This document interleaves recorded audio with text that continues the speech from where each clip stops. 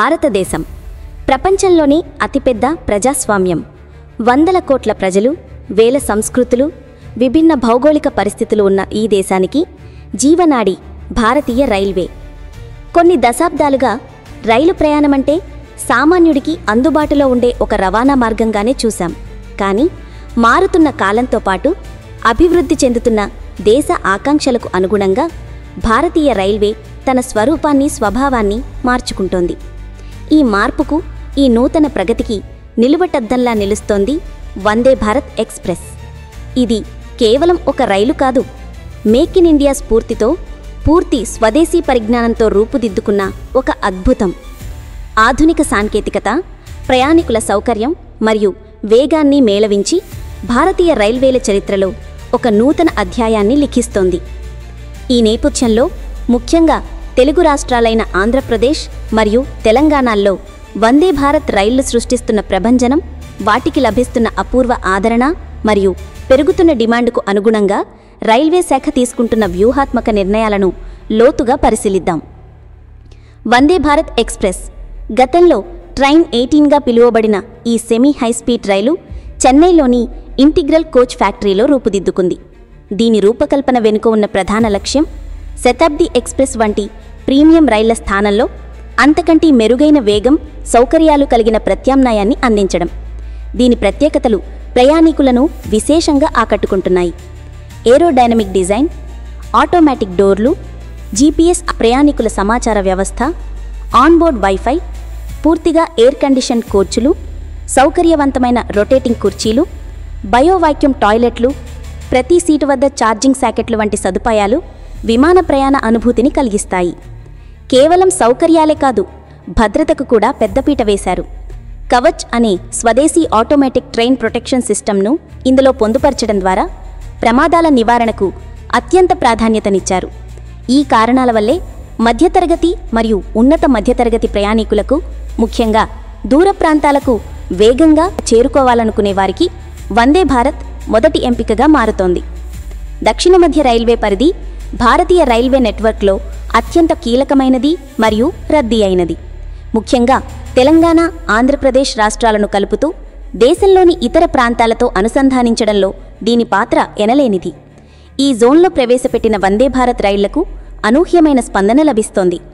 దక్షిణ మధ్య రైల్వే పరిధిలో ప్రస్తుతం 6 ప్రధాన మార్గాల్లో 7 వందే భారత్ సర్వీసులు నడుస్తున్నాయి. రైలు ప్రారంభ స్టేషన్ నుండి గమ్యస్థానం వరకు ప్రయాణించే వారితో పాటు మధ్యలో ఉన్న స్టేషన్లలో ఎక్కి దిగే ప్రయాణికుల సంఖ్యను కూడా పరిగణలోనికి తీసుకోవడమే. ఇది ఆ మార్గంలో రైలుకు ఎంత బలమైన డిమాండ్ ఉందో స్పష్టం చేస్తుంది. తెలుగు రాష్ట్రాల్లో వందే భారత్ విజయాన్ని ప్రస్తావించినప్పుడు మొదటగా చెప్పుకోవాల్సింది సికింద్రాబాద్ నుండి విశాఖపట్నం సర్వీసు గురించే. తెలంగాణ రాజధాని హైదరాబాద్ను ఆంధ్రప్రదేశ్ ఆర్థిక రాజధాని విశాఖపట్నాన్ని కలిపే ఈ రైలు ఒక సంచలనం సృష్టించింది. వ్యాపారులు, ఉద్యోగులు, విద్యార్థులు, పర్యాటకులు ఇలా అన్ని వర్గాల ప్రజలకు ఈ రైలు ఒక వరంగా మారింది. ప్రయాణ కాలాన్ని గణనీయంగా తగ్గించడంతో ఒకే రోజులో 2 నగరాల మధ్య ప్రయాణించి పనులు ముగించుకుని తిరిగి రావడం సులభతరమైంది. ఈ రైలుకు ఉన్న డిమాండ్ ఎంతటిదంటే ఇది ఇప్పటికీ తన పూర్తి సామర్థ్యమైన 20 బోగీలతో నడుస్తోంది. ఇందులో మార్పులు చేయడానికి ఇక ఏమీ మిగలలేదు అంటే దాని ఆదరణ ఏ స్థాయిలో ఉందో మనం అర్థం చేసుకోవచ్చు. ఇది కేవలం ఒక రవాణా సౌకర్యంగా కాకుండా 2 తెలుగు రాష్ట్రాల మధ్య ఆర్థిక, సామాజిక బంధాన్ని మరింత బలోపేతం చేసే ఒక వారధిగా నిలిచింది. తెలంగాణ రాజధానిని ప్రపంచ ప్రఖ్యాత ఆధ్యాత్మిక కేంద్రమైన తిరుపతితో కలిపే సికింద్రాబాద్ తిరుపతి వందే భారత్ ఎక్స్ప్రెస్ అంచనాలకు మించి ఆదరణ పొందుతోంది. భక్తులు, పర్యాటకులు, కుటుంబాలతో కలిసి ప్రయాణించేవారికి ఈ రైలు ఎంతో సౌకర్యవంతంగా మారింది. ప్రారంభమైన అనతి కాలంలోని ఈ రైలులో టికెట్ల కోసం విపరీతమైన పోటీ ఏర్పడింది. ఈ పెరుగుతున్న రద్దీని, ప్రయాణికుల ఆదరణను గమనించిన రైల్వే బోర్డు ఒక కీలకమైన నిర్ణయం తీసుకుంది. ప్రస్తుతం 16 బోగీలతో నడుస్తున్న ఈ రైలుకు అదనంగా మరో 4 బోగీలను చేర్చేందుకు గ్రీన్ సిగ్నల్ ఇచ్చింది. త్వరలోని ఈ రైలు 20 బోగీలతో మరింత ఎక్కువ మంది ప్రయాణికులకు సేవలందించనుంది. ఇది రైల్వే శాఖ కేవలం కొత్త రైళ్లను ప్రవేశపెట్టడమే కాకుండా ఇప్పటికే ఉన్న సర్వీసుల పనితీరును నిరంతరం గమనిస్తూ ప్రయాణికుల అవసరాలకు అనుగుణంగా మార్పులు చేయడానికి ఎంత చొరవ చూపుతోందో తెలియజేస్తోంది. ఈ నిర్ణయం వల్ల వేలాది మంది భక్తులకు వెయిటింగ్ లిస్ట్ కష్టాలు తీరి సులభంగా తిరుమల శ్రీవారి దర్శనానికి ప్రయాణించే అవకాశం లభిస్తుంది. ఆంధ్రప్రదేశ్లోని కీలక నగరం విజయవాడను తమిళనాడు రాజధాని చెన్నైతో కలిపే వందే భారత్ సర్వీస్ కూడా మంచి ఆదరణ పొందింది. అయితే రైల్వే శాఖ ఇక్కడితో ఆగలేదు. ఈ మార్గంలో ఉన్న డిమాండ్ను, కోనసీమ, పశ్చిమ గోదావరి జిల్లాల ప్రజల అభ్యర్థనలను పరిగణలోనికి తీసుకుని ఈ రైలును నర్సాపురం వరకు పొడిగించేందుకు నిర్ణయించింది. ఇది ఒక వ్యూహాత్మకమైన మరియు ప్రజలకు ఎంతో ప్రయోజనకరమైన నిర్ణయం. దీనివల్ల గోదావరి డెల్టా ప్రాంతంలో ఉన్న అనేక పట్టణాల ప్రజలకు చెన్నైకి వేగవంతమైన, సౌకర్యవంతమైన రవాణా సౌకర్యం అందుబాటులోకి వస్తుంది. అంతేకాకుండా ఈ మార్గంలో కూడా రద్దీని దృష్టిలో ఉంచుకుని అదనపు బోగీలను చేర్చాలనే ప్రతిపాదన పరిశీలనలో ఉంది. దీనిపై కూడా త్వరలోనే అధికారిక ప్రకటన వెలువడే అవకాశం ఉంది. ఇది కేవలం ఒక మార్గాన్ని పొడిగించడమే కాదు, అభివృద్ధి ఫలాలను మారుమూల ప్రాంతాలకు సైతం విస్తరింపచేయడంలో రైల్వేల పాత్రను ఇది మొక్కి చెబుతోంది.